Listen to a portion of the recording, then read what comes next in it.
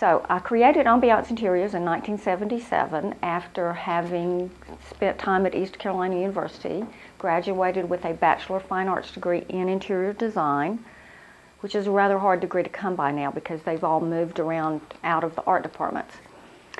And then I studied art history at graduate school at University of Georgia in Athens. And then I decided that I had to go see all of the wonderful pieces of art that I had been studying for so long. So I worked 3 jobs simultaneously and saved my money, and I went to Europe for a year and traveled a great deal and spent a lot of time in France. So those of you who know me well know that I am a serious Francophile. So part of the rainbow I'll introduce you to, I'll use my magic wand, in fact, to introduce you to, voila, the color wheel. And this happens to be the color wheel I made in Design 15 at East Carolina University.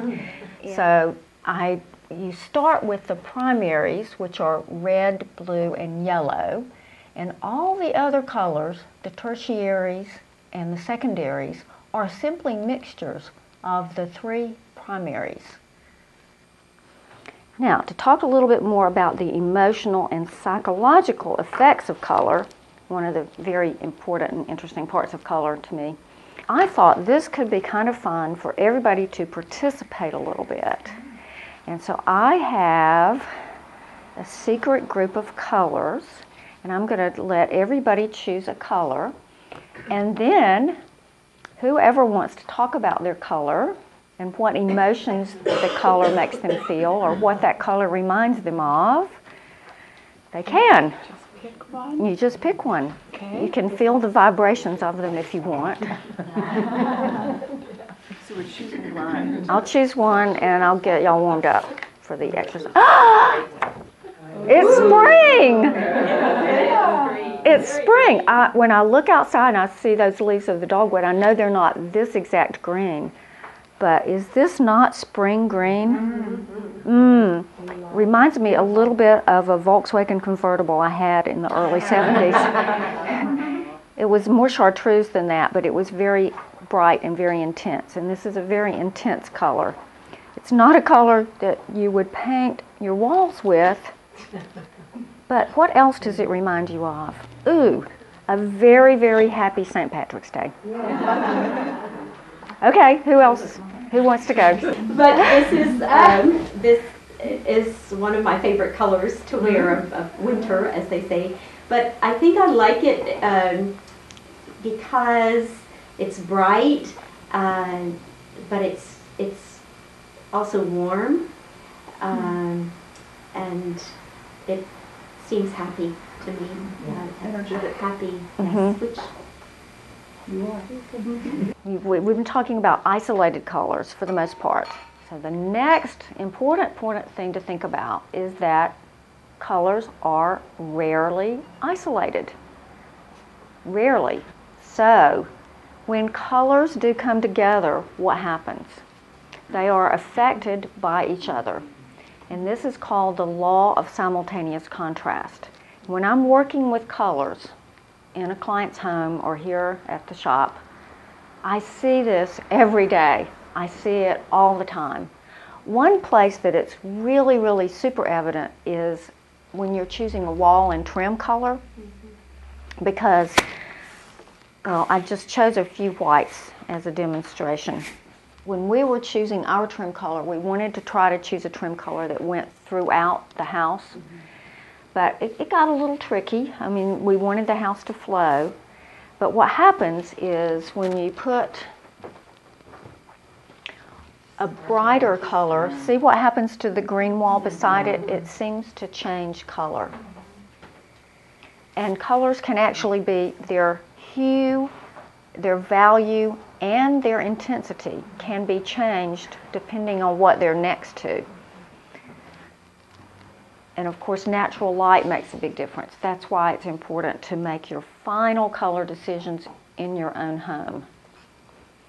But I'm going to show you a little magic with some of these examples. We have neutral, and we have a nice taupe background fabric with some greens. And watch what happens when the background changes. Did you see the taupe change? Did you see the green change? It all changed, didn't it? Isn't that amazing?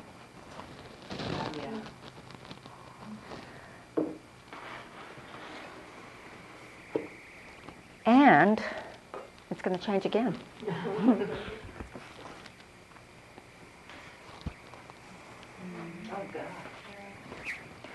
And a lot of times when we're looking at colors, what we think is that, oh, it's bringing out that green. And in a way, it is. And that's very important in interior design because we see colors in relationship to each other very, very much. We see sofas in front of walls. We see rugs next to sofas. I mean, it's all a relationship issue.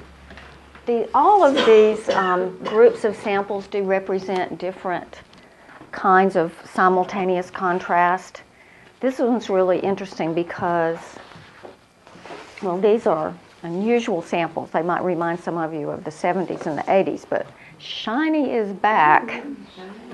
And to me what's interesting is how this paper can totally change sometimes from a silver background to a gold background. Yeah, I can see that when you move it. Depending on what it's touching and how the light affects it. Wallpaper is fabulous. You know, it always has been and it always will be. It's a matter of scale and proportion and mood. Those are your decisions to think about with wallpaper. So, okay, one more little demonstration here of simultaneous contrast, and then we'll have some questions. Now, one thing that's interesting about simultaneous contrast is that, okay, it can affect the hue, the color, the value, the grayness, how much black or white you feel in it, or intensity. And this little demonstration is about intensity.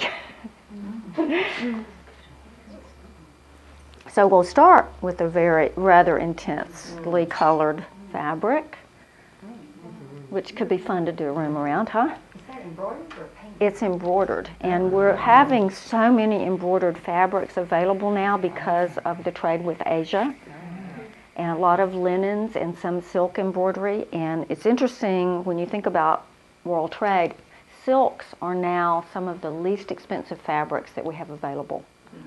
I have silk curtains in my living room and dining room at my new house, and they were one of the most reasonably priced fabrics I could possibly choose. And, you know, silk is really beautiful because of the way the light plays on it. Interestingly, there's this very intense group of colors, and I'm going to show you intense makes intense even more intense. Voila! It was intense before, but now it's really, really intense.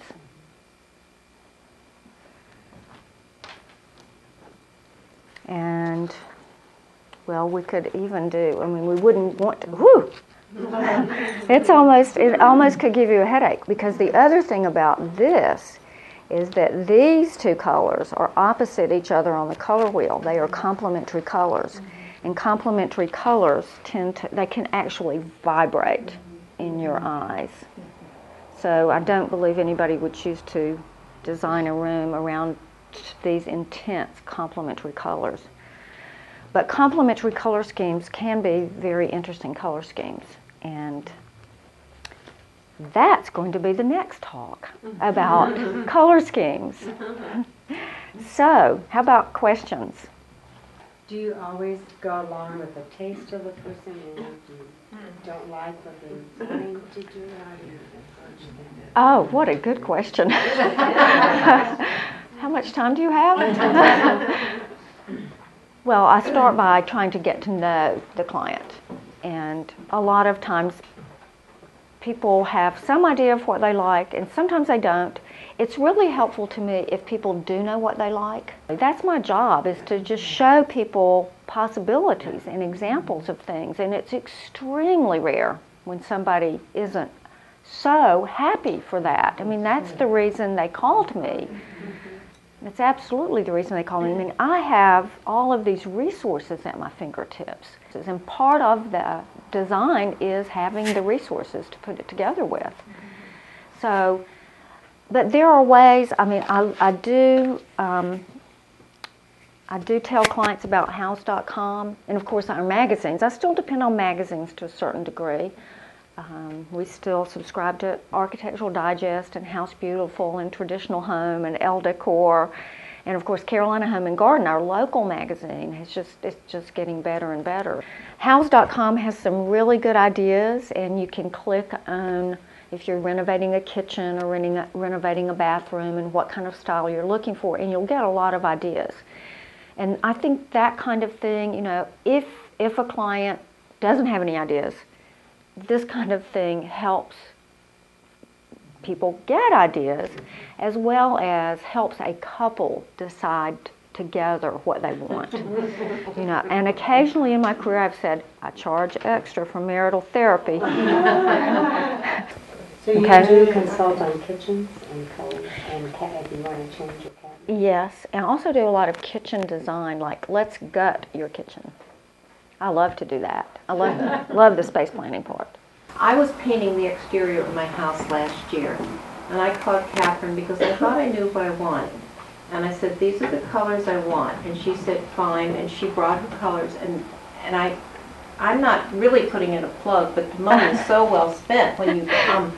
In 1 hour, she picked the correct shades of what I thought I wanted. But as she walked around the house, she said, you know, you just need some tan to snap this up. You do this and this. It made all the difference. And for the money you spend on anything you do in your home, having somebody help you make the right decision is well worth it. So I don't know if you can tell us or give us a card, or if I'm speaking out of turn, tell me. No, But absolutely. You really do Thank a you. great job, and I Thank you. want to appreciate it. Thank you. Well, I totally believe I save people time and money. Mm-hmm. Okay. Thank you. You're welcome. Thank you for coming.